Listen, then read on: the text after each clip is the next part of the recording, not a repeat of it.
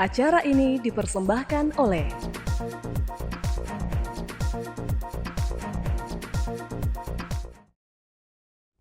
Halo pemirsa Unhas TV, senang sekali saya Rizka Amalia Fraja dapat kembali menjumpai Anda dalam Unhas Daily.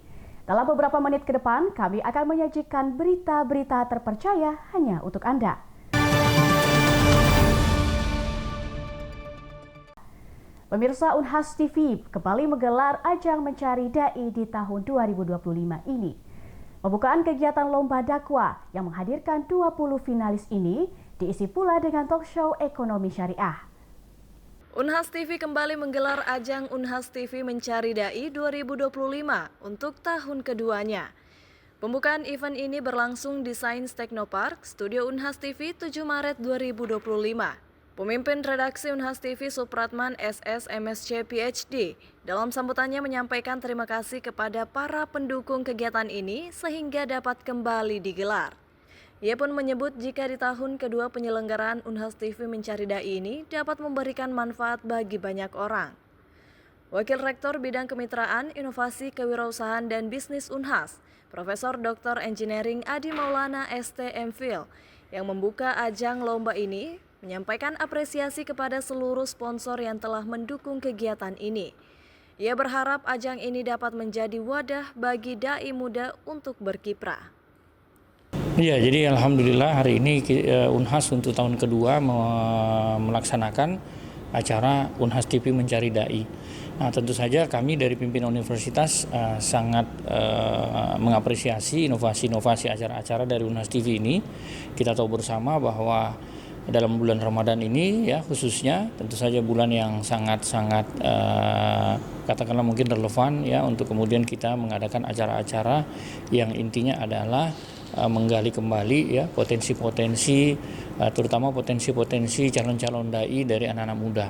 Nah, kita berharap juga ini menjadi salah satu channel ya atau menjadi salah satu wadah bagi dai-dai yang ada di Sulawesi Selatan maupun juga di Indonesia untuk kemudian bisa berkiprah dan nantinya bisa membuka jalan karir bagi mereka ke depannya. Sekali lagi kami dari pimpinan Universitas Hasanuddin mengucapkan banyak terima kasih ya kepada Unhas TV atas acara ini dan semoga acara ini tidak hanya berhenti sampai 2, tapi terus 2, 3, 4, 5 dan lain sebagainya dan mudah-mudahan juga ini akan menjadi rujukan. Profesor Adi berharap ajang ini dapat menjadi rujukan untuk calon-calon dai ke depannya dan menjadikan Unhas sebagai jalan bagi mereka untuk kemudian bisa menjadi dai yang profesional. Dalam pembukaan ajang Unhas TV Mencari Dai 2025 ini juga digelar talk show ekonomi syariah dengan tema ekonomi syariah sebagai moda penggerak ekonomi nasional. Narasumber talk show, Alif Fajar membahas peran Bank Indonesia dalam pengembangan ekonomi dan keuangan syariah di Sulawesi Selatan. Ya, terima kasih Mbak. Sesuai dengan topik hari ini, peran BI dalam pengembangan ekonomi dan keuangan syariah di Sulawesi Selatan, kita secara konsisten dan terus mendukung dengan berbagai program mulai dari penguatan ekosistem syariah, keuangan syariah, serta literasi dan edukasi, serta membangun awareness halal lifestyle di masyarakat Sulawesi Selatan. Dan pada akhirnya kita dapat mendukung tujuan utama kita menjadikan Indonesia sebagai pusat halal dunia.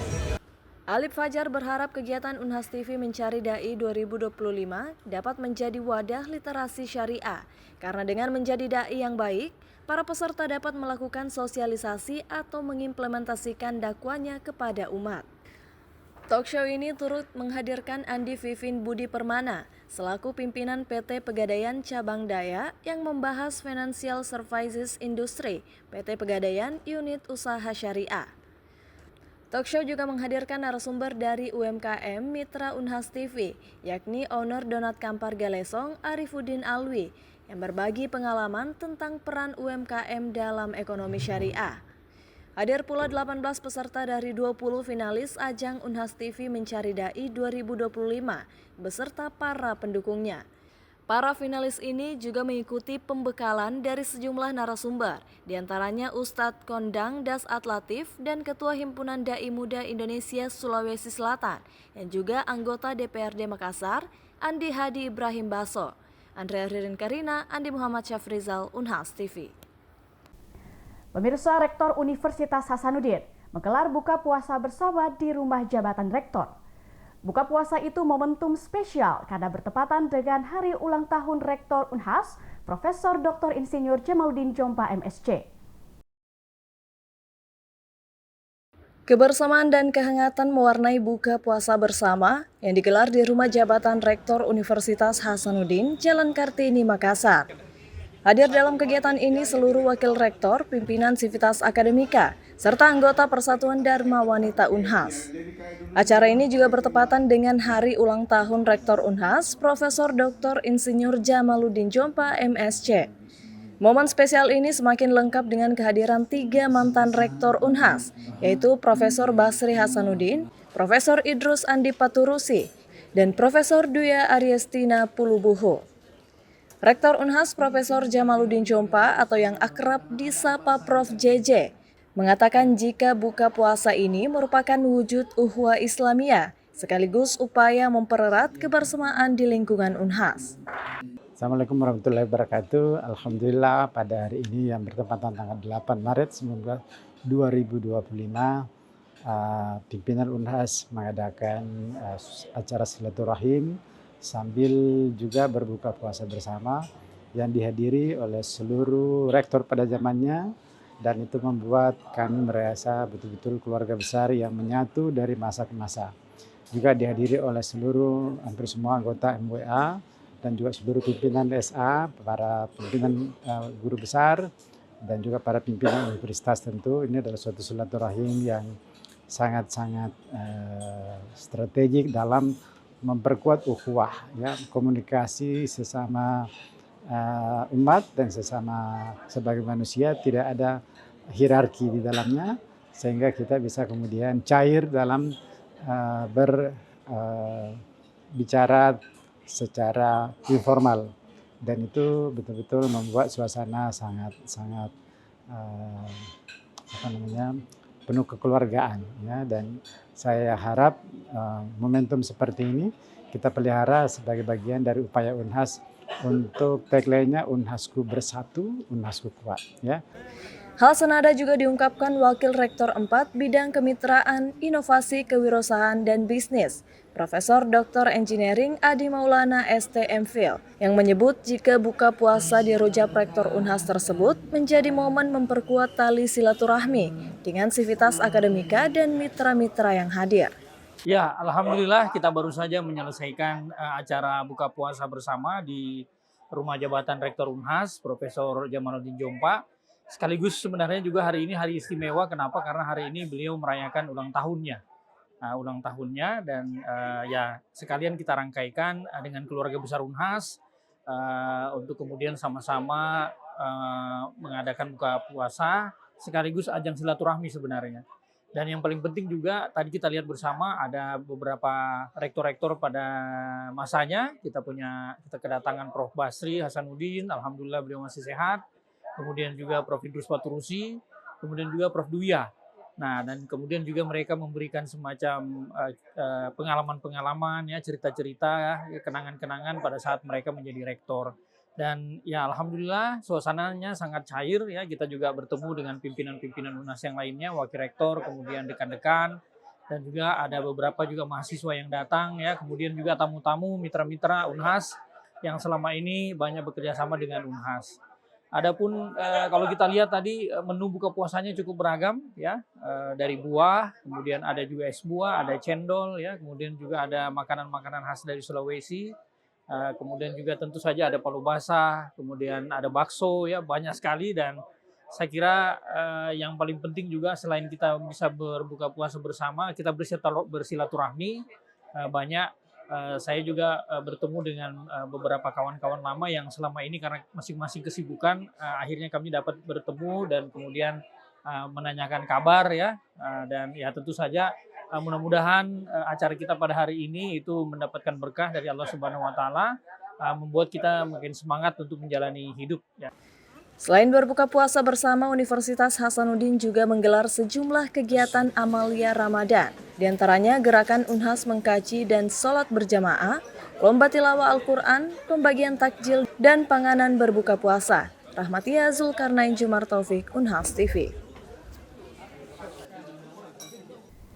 Pemirsa, antusiasme tinggi mewarnai ajang Unhas TV Mencari Dai 2025. Hari kedua yang mempertontonkan kemampuan para finalis.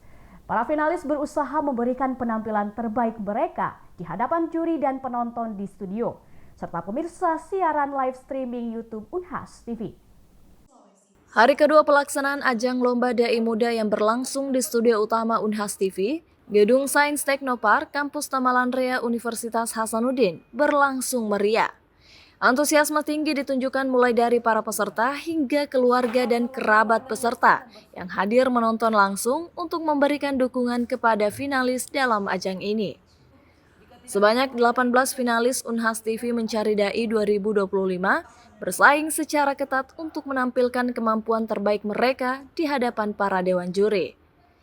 Ajang ini menghadirkan 2 dewan juri, yakni Sekretaris Komisi Fatwa Majelis Ulama Indonesia Sulawesi Selatan, Ustaz Syamsul Bahri Abdul Hamid, LCMA, serta Ketua Himpunan Dai Muda Sulsel yang juga anggota DPRD Makassar, Ustaz Andi Hadi Ibrahim Baso, SSMA.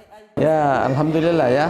Kita lihat bagaimana mereka itu antusias, kemudian persiapan cukup bagus dari sisi bibit-bibit untuk para dai-dai kita ternyata tidak kalah dengan dai-dai nasional ya.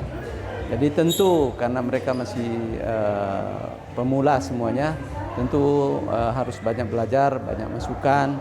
Tetapi secara umum itu sudah bagus dan mereka dari sisi mentalitas sudah bagus dan terutama dari berbagai pesantren-pesantren atau sumber-sumber dari mana mereka berasal itu ternyata punya bibit-bibit yang bisa menjadi harapan ke depan dan khususnya di Sulawesi Selatan ini kita memang membutuhkan para kader-kader yang mumpuni dan ini tinggal mereka menambah ilmu pengetahuan, banyak membaca, banyak belajar dan terutama jangan euforia ya, selalu tawadu dan belajar terus dan menghormati, menghargai para guru-guru mereka ya. Ya walaupun bagaimana pintarnya itu seorang dai tetap dia lahir dari guru-guru mereka ya. Ustaz Syamsul Bahri meminta agar para peserta terus-menerus menambah wawasan, rajin membaca, dan selalu rendah hati dalam belajar. Ia pun berharap agar ajang ini terus berkembang dan menjangkau lebih banyak peserta, bahkan hingga ke tingkat nasional. Ustaz Syamsul Bahri pun yakin jika Universitas Hasanuddin bisa terus menyelenggarakan program ini dengan lebih baik lagi, sebagai langkah yang sangat baik untuk masa depan dakwah di Indonesia. Salah seorang peserta Unhas TV Mencari Dai, Muhammad Farel Al-Mahesa Hamka, menyebut jika ajang ini sebagai ajang membuktikan kemampuan. Alhamdulillah, mulai dari awal pendaftaran sudah terlambat sebenarnya Kak, karena sudah tertutup tapi Unhas TV memperpanjang, jadi mulailah saya merasa ingin ikut Kak, ingin ada perasaan ingin ikut untuk melatih diri juga karena kemarin sudah ikut aksi Kak, cuma belum rezeki, jadi mau membuktikan untuk ajang ini Kak, untuk bisa menjadi juara. Setelah lomba itu terasa lega karena sudah melihat beberapa peserta-peserta yang cukup jago, tapi alhamdulillah pede saja. Kegiatan ini juga dimeriahkan dengan hiburan dari band pesisir FIB Unhas, serta persembahan salawat dari Badan Kontak Majelis Taklim Unhas. Andrea Ririn Karina, Andi Muhammad Syafrizal, Unhas TV. Diaspora Indonesia di AS ajukan permohonan agar pemerintah Indonesia mencabut larangan perpanjangan paspor bagi WNI Indonesia tanpa dokumen. Aturan ini membuat gusar diaspora Indonesia tanpa status hukum tetap di AS di tengah ancaman deportasi massal pemerintahan Donald Trump. Selengkapnya dilaporkan jurnalis VOA Randy Wijaksana.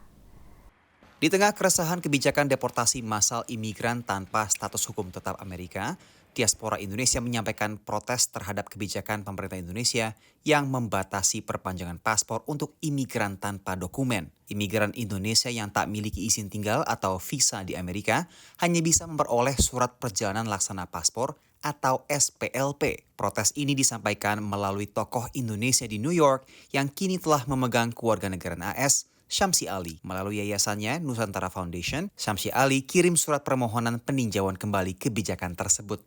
SPLP itu kan sebenarnya surat untuk perintah jalan pulang sih. Jadi diberikan ketika sudah akan pulang.